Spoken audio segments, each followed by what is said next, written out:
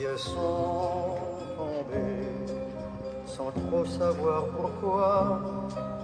Hommes, femmes et enfants qui ne voulaient que vivre avec des gestes lourds comme des hommes ivres, mutilés, massacrés, les yeux ouverts. Dans le contexte complexe de la Première Guerre mondiale, se déclenchent des événements irréversibles dans l'Empire ottoman.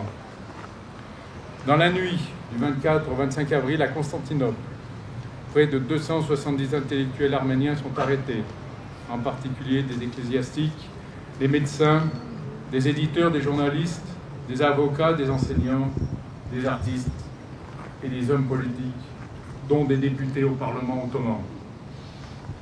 Le 25 avril, une seconde vague est lancée. Elle conduit à l'arrestation de plusieurs centaines d'Arméniens.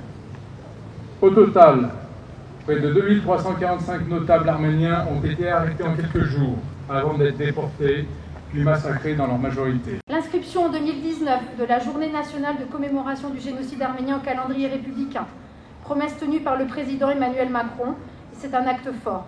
Merci à vous, monsieur le secrétaire général, représentant madame la préfète, de faire vivre cette cérémonie ici à Grenoble et dans toute l'Isère. Cette justice est aussi passée par les résolutions unanimes adoptées en 2020 et 2021 en faveur de la reconnaissance de la République d'Artsakh, puis une aide militaire française inédite aussi, l'an dernier, pour défendre l'intégrité territoriale de l'Arménie. Nous exprimons ici notre reconnaissance, notre gratitude, car les liens entre la France et l'Arménie, entre Grenoble et sa communauté arménienne, vont bien au-delà de l'amitié.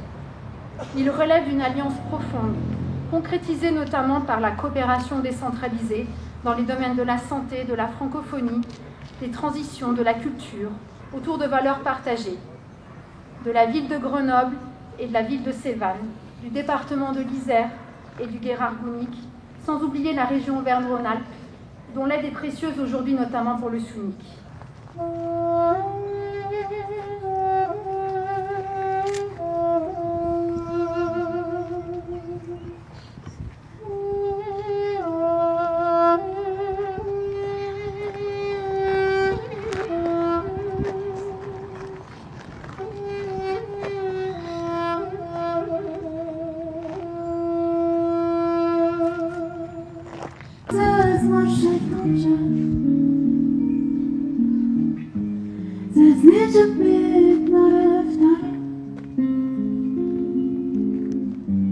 No es el chavo, a chicar por tu